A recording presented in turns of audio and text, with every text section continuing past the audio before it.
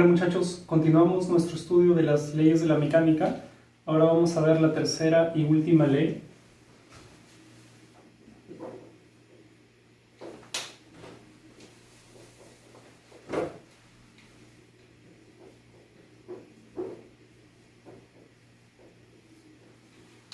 Tercera ley de la mecánica,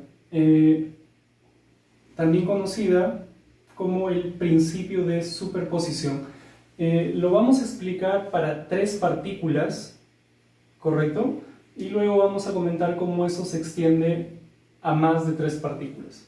Bien, hasta el momento lo único que nosotros hemos analizado son los pares aislados, es decir, un conjunto de dos partículas. La pregunta es, ¿qué pasaría si tuviéramos más de dos partículas cerca una de las otras, ¿no? Si tuviéramos 3, 4, 5 o más partículas cerca una de las otras, ¿no? Hasta el momento no hemos analizado ese caso, hasta el momento solo hemos analizado el caso cuando tenemos una sola partícula, una partícula aislada, y cuando tenemos un par aislado. La tercera ley, que es el principio de superposición, justamente nos permite saber qué va a pasar cuando tenemos tres o más partículas cerca una de las otras.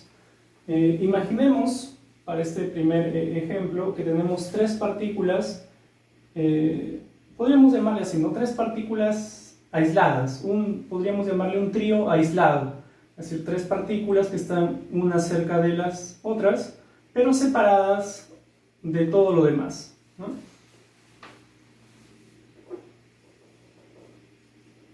Sea partícula 1, partícula 2, partícula 3. Ya. La pregunta es, ¿qué fuerza experimentará, por ejemplo, P1 cuando esté en presencia de P2 y P3, o cuando esté cerca de P2 y P3, ¿no? Es decir, P1 al estar cerca de P2 y P3 va a tener, bueno, P1 tiene una masa y va a tener una aceleración, ¿cierto? Masa por aceleración, eso será justamente la fuerza que experimenta la partícula P1. Imaginemos que es así, ¿no? Le vamos a llamar F1 simplemente. ¿Qué cosa es F1? Decimos F1 es, vamos a ponerlo por acá, la fuerza que experimenta la partícula P1 cuando está en presencia de P2 y P3. ¿Correcto? Es decir, sería la masa por la aceleración, la masa de P1 por la aceleración que experimenta P1 cuando está cerca de P2 y de P3. Muy bien. A partir de todo lo anterior que hemos visto, no es posible inferir a qué será igual esa fuerza, ¿no? Porque hasta el momento no hemos hablado en ningún momento de experimentos con tres partículas, ¿no? Siempre han sido con una partícula solita o con dos partículas solitas o un par aislado, ¿no? Entonces no es posible. Bien, la tercera ley o principio de superposición me dice lo siguiente: yo puedo saber, correcto, o mejor dicho, la fuerza que experimenta la partícula P1 cuando está en presencia de P2 y P3 es igual a la suma vectorial de las fuerzas que experimentaría la partícula P1 si solo estuviese en presencia de P2, más, esa sería la primera fuerza, más la fuerza que experimentaría P1 si estuviese únicamente en presencia de P3. Entonces, yo digo lo siguiente, mira, cuando P1 está en presencia de P2 y P3, experimenta una fuerza, que le estoy llamando F1. Los experimentos me muestran de que esa fuerza es exactamente igual a la suma de las fuerzas que yo encontraría, esto es un condicional, Es decir, que yo encontraría si solamente tuviera el par aislado P1, P2 por un lado y por el otro lado el par aislado P1, P3. Entonces, por ejemplo, si yo hiciera otro experimento, ¿no? Ya no el de acá, y P3 no estuviese, lo mandamos muy lejos a P3, tendríamos un par aislado, que sería el par constituido por P1 y P2. En ese experimento, ¿correcto? P1 experimentaría una fuerza. Imaginemos que es esta de acá, que le llamamos F12. ¿Qué cosa es F12?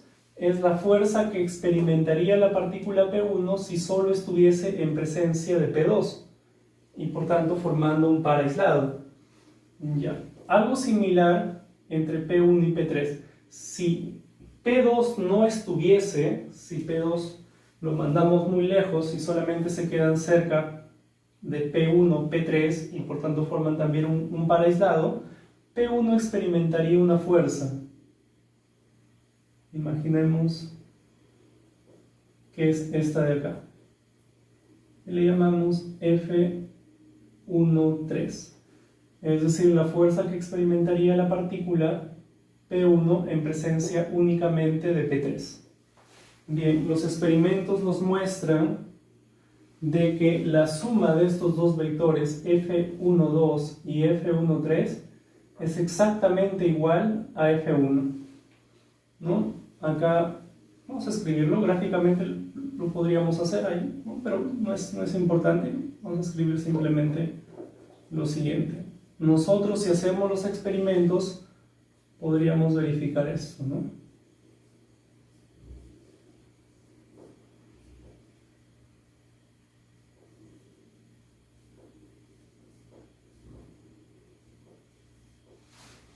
La fuerza que experimentaría la partícula P1 estando en presencia de P2 y de P3 es igual a la suma de dos fuerzas. La primera de ellas es la fuerza que experimentaría la partícula si solamente estuviese P2, es decir, P3 no está, más la fuerza que experimentaría la partícula si solamente estuviese P3, es decir, P2 no está. ¿Correcto? Bien, en esta ecuación estamos resumiendo o escribiendo el principio de superposición para el caso de tres partículas. Este mismo principio se cumple para el caso de 4, 5, 6, cualquier cantidad de partículas, ¿no? Antes de pasar a otro ejemplo, podríamos decir lo siguiente, ¿no? ¿Qué fuerza experimenta P3? Podríamos decir P3 experimentaría, vamos a dibujarla, a ver, sería algo así, ¿no? Si este es F13, tal como habíamos visto, habíamos encontrado que F y J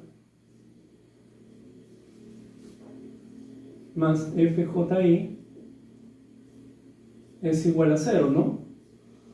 Esto es lo que se conoce como la ley de acción y reacción, ¿no? Fuerzas iguales y opuestas.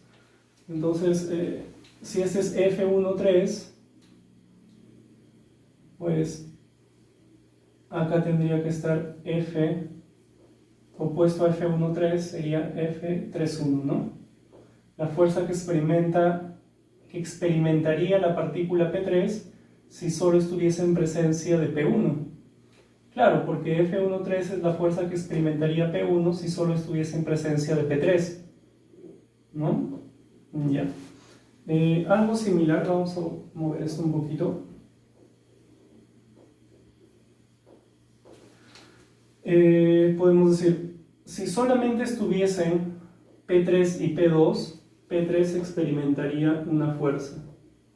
Le vamos a llamar F32.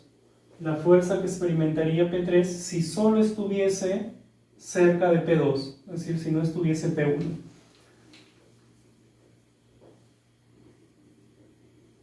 Por tanto, el principio de superposición o la tercera ley me dice que la fuerza que experimentaría P3 cuando está en presencia de P1 y de P2 a la vez es la suma de estos dos vectores.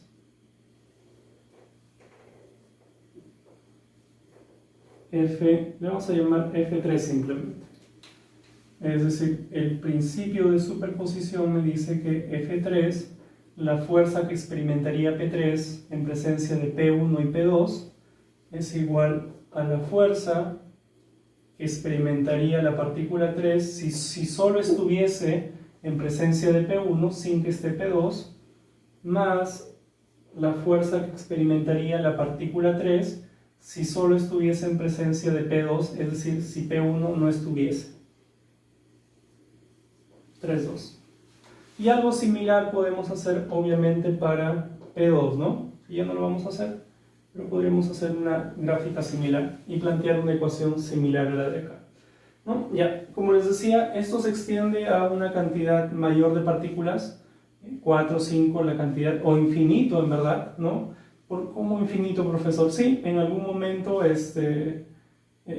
uno va a trabajar con cuerpos, los cuales pueden ser vistos como compuestos por infinitas partículas, podría decirse de volumen diferencial, y efectivamente para esas infinitas partículas de tamaño diferencial o infinitesimal se puede también aplicar o se aplica el principio de superposición, ¿no?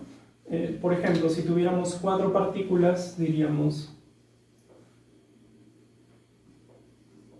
partícula P1, partícula P2, P3 y P4.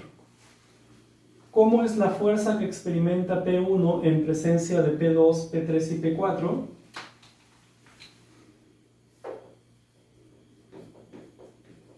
Esa fuerza es igual a la suma vectorial de 3 fuerzas. ¿Cuál es?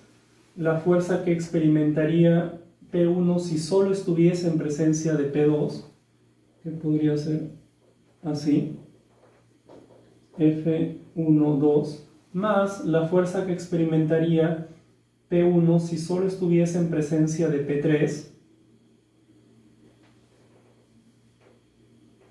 F1, 3, más la fuerza que experimentaría P1 si solo estuviese en presencia de P4. Voy a dibujarlo así. F1, 4. ¿No? Por tanto, se cumpliría, según el principio de superposición, que F1 es igual a F1, 2 más F1, 3 más F1, 4. Estas tres. Claro que acá en la figura que estoy haciendo no aparece, ¿no? Solamente puse las flechitas con tamaños al azar. Ya, entonces esto se cumple no solo para 3, no solo para 4, sino para cualquier cantidad de partículas. ¿Correcto? Bien, lo que vamos a hacer ahora es probar que en el caso general de que tengamos una cantidad n de partículas, se va a cumplir que la suma de fuerzas también es 0 y que el momento polar también es 0. Entonces, vamos a tratar de hacer esa deducción. Vamos a decir lo siguiente. Imaginemos que tenemos n partículas que están cerca una de las otras.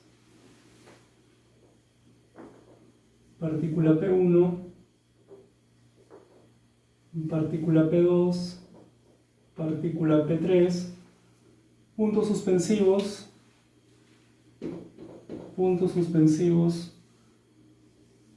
partícula Pn. Un total de n partículas. ¿Correcto? Bien. Esto de acá puede ser escrito, esto que se cumplía para un par aislado puede ser escrito así, ¿no? Sumatoria de fuerzas es igual a 0, ¿no? En este caso sería de un total de 2 fuerzas. Acá solamente aparecen 2 fuerzas, ¿no? lo que vamos a probar nosotros es que la suma de las fuerzas sobre todas las partículas es también igual a cero. Entonces, yo voy a decir lo siguiente. La fuerza que experimenta P1 en presencia de P2, P3 hasta Pn, vamos a imaginar que es este vector de acá, que le llamamos F1. ¿Sí? Es la fuerza que experimenta P1 en presencia de todas las demás. La fuerza que experimenta P2 en presencia de todas las demás, vamos a imaginar que es esta de acá, F2. La fuerza que experimenta P3 en presencia de todas las demás, vamos a imaginar que es esta, y así sucesivamente, ¿no? F. Lo que vamos a probar nosotros es que la suma, lo que vamos a probar ahora es que la suma de todas esas fuerzas es igual a cero. Vamos a probar esto.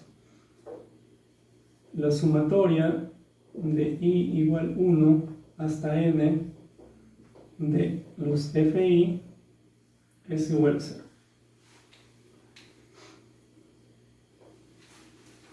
Vamos a probar eso, ¿sí?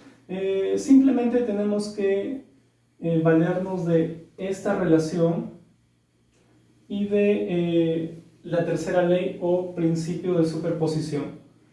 ¿Cómo lo podríamos hacer? Diríamos lo siguiente. F1, ¿a qué es igual? Según lo que estuvimos viendo, F1 puede ser escrito como F1 en presencia de 2, ¿no? Más F1 en presencia de 3, más puntos suspensivos más hasta F1 en presencia de n, ¿no? Lo cual podemos escribir como, podríamos escribirlo como sumatoria, aunque creo que no es necesario. Ya, lo que podríamos hacer ahora es lo siguiente, imaginar que hacemos algo similar para las demás fuerzas, es decir, escribimos, ¿no? F2, ¿a qué va a ser igual? Sería F, la fuerza sobre 2, cuando está en presencia solo de 1, F2,1, más la fuerza sobre la partícula 2 cuando está en presencia de 3, más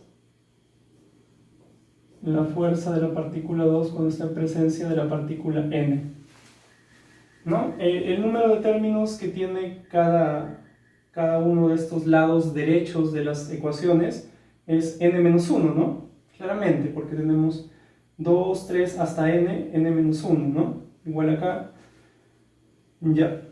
Si seguimos imaginando esto, tendríamos hasta fn, ¿no? Hasta fn. Ya. Ahora lo que vamos a hacer es sumar todas esas ecuaciones, ¿no? Y por este lado tendríamos justamente esta sumatoria. Por este lado tendríamos esa sumatoria que sería sumatoria de I igual 1 hasta n de Fi, ¿no? Eso sería igual a... Y ahora lo que vamos a hacer es... ¿Cuántos términos tenemos por acá? Tenemos n-1 por n, ¿no? n-1 por n. Los vamos a agrupar de 2 en 2. ¿De qué manera? De tal manera de que el grupo de 2 que cojamos sumados me den 0, ¿no? O sea, vamos a coger por ejemplo este con este, ¿no? F12 más F21. Esa cantidad me da 0, ¿no? Según esta relación que vimos. Eso me da 0. El F13 lo voy a coger con el que saldría de la tercera ecuación, que sería el F31, ¿no? Si ustedes se dan cuenta, acá aparecen todas las combinaciones posibles, excepto las que tendrían esta forma, ¿no? Por ejemplo, F11, este elemento pues no tiene sentido, no aparece en ningún lado, ¿no? El F22 tampoco. Entonces aparecen todos las combinaciones posibles, menos este tipo de términos, ¿no? Cuando los índices son iguales. Ya, entonces, si aparece el F13, por acá en la tercera ecuación aparece el F31. si aparece por acá el F1n, acá en la última ecuación aparecerá el Fn1, ¿no?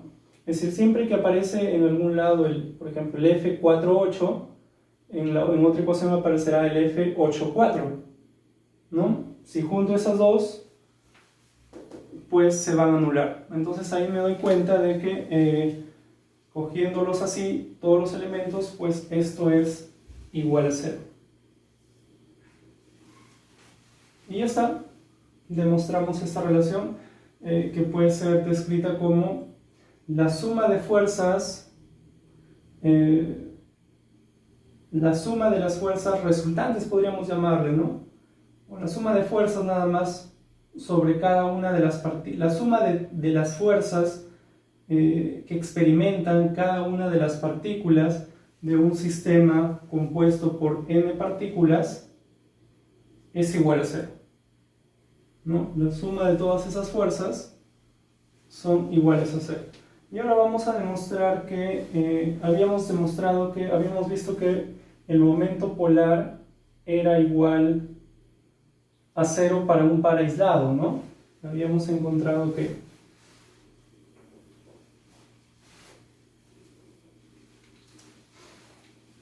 para un par aislado, el momento polar, utilizamos nosotros como polo a un punto, o se utiliza como polo, el polo es un punto, pero si ustedes recuerdan, dijimos que ese punto puede ser cualquier punto, ¿no? Le habíamos llamado punto A, puede ser cualquier punto en verdad, cualquiera, el que ustedes puedan imaginar, es un punto arbitrario. Entonces habíamos encontrado que el momento polar de las fuerzas, ¿no?, aplicadas en las ubicaciones de las partículas para un par aislado es igual a 0. Bien, lo que queremos demostrar ahora es que eso también se cumple para un conjunto, para un sistema de n partículas, es decir, en nuestro caso sería, ¿no? Sería, si nosotros definimos un polo, este que sea nuestro polo A, y cada partícula está ubicada en un punto, la partícula P1 en el punto P mayúscula 1, la partícula P2 en el punto P mayúscula 2, la partícula Pn en el punto P mayúscula n, el momento polar total del sistema de partículas o de las fuerzas en el sistema de partículas es el siguiente, ¿no? Va a ser igual a, sería el momento polar de F1 aplicado en P1 respecto de A, lo que sería AP1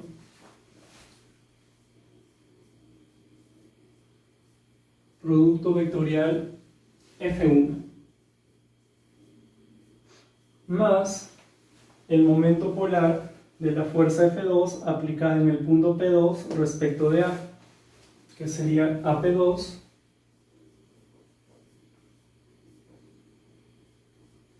por F2. Y así sucesivamente para las n partículas, ¿no? Lo cual podemos escribir nosotros como una sumatoria desde i igual 1 hasta n de A PI por FI. Lo que vamos a demostrar nosotros ahora es que este M también es igual a 0. Vamos a demostrar esto, ¿no? Nosotros ya habíamos demostrado que el M para un par aislado, para dos partículas nada más, es igual a 0. Ahora vamos a demostrar que el M para un conjunto cualquiera de n partículas también es igual a 0. El camino para hacer esta pequeña demostración es muy similar a lo de acá, solo que ahora no son las fuerzas, sino son los momentos polares. Enfoquémonos, por ejemplo, en este término de acá, ¿no?, que sería el momento polar de la fuerza F1. Diríamos Esto de acá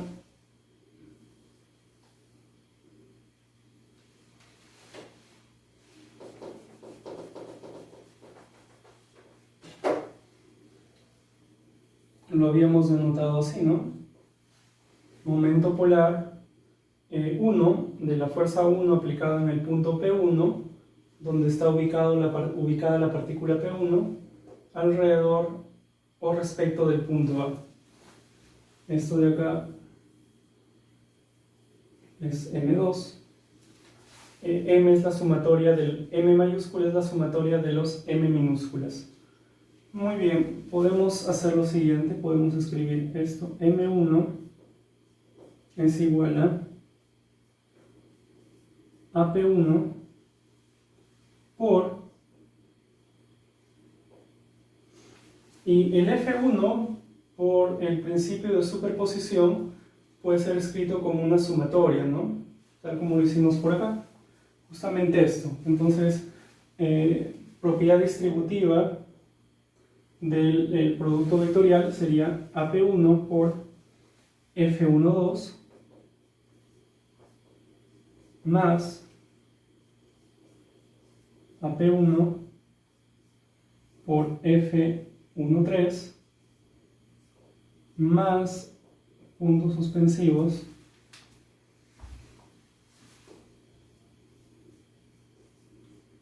AP1 por F1N. ¿Sí? Ese sería M1.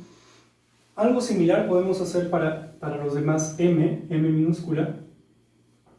M2 es igual a, sería AP2 por F2, pero F2 es F21, sería más AP2 por F23, más así sucesivamente, ¿no? Y sucede algo similar a lo que, o haríamos algo similar a lo que hicimos por acá. ¿Qué pasa si yo cojo este término, cojo estos dos, ¿no? Es decir, yo voy a sumar todos estos M minúsculas, sumo todos, ¿no? Porque acá voy M1, M2 hasta Mn, la suma de todos es el M mayúscula, momento polar total, pero al sumar yo agrupo, ¿no? Cojo de 2 en 2, de tal manera que la suma se anule o de 0, porque esto de acá más esto de acá es 0, ¿no? ¿Por qué razón es 0? Porque nosotros habíamos visto lo siguiente, ¿no? Habíamos visto que para un par aislado,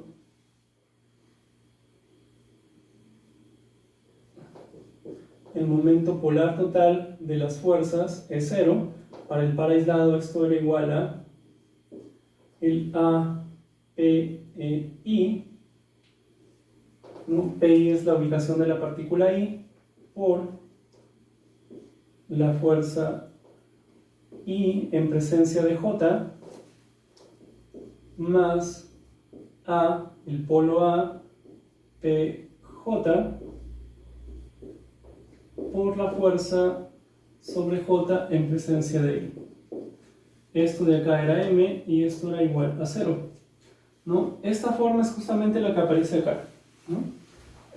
AP1 por F12, API por FIJ más AP2 por F21, ¿no? Entonces, estos dos términos son justamente los que aparecerían cuando, si tuviésemos, o si solamente estuviesen la partícula 1 con la partícula 2 y formasen un par aislado. Si P1 formase un par aislado con P2, si solo estuviesen esas dos partículas, pues los momentos polares serían estos, ¿no? Este, y sumados nos darían 0.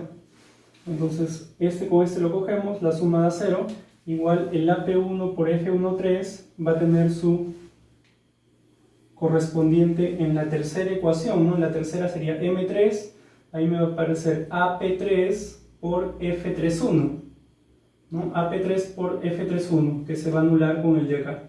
Y así para todos, y por tanto la suma de todos los m minúsculas sería igual a 0, ¿no? Y ese es justamente el m mayúscula. Por tanto, el momento polar total para un sistema de partículas, para las fuerzas, ¿no? Para las fuerzas resultantes de un sistema de partículas, es igual a 0.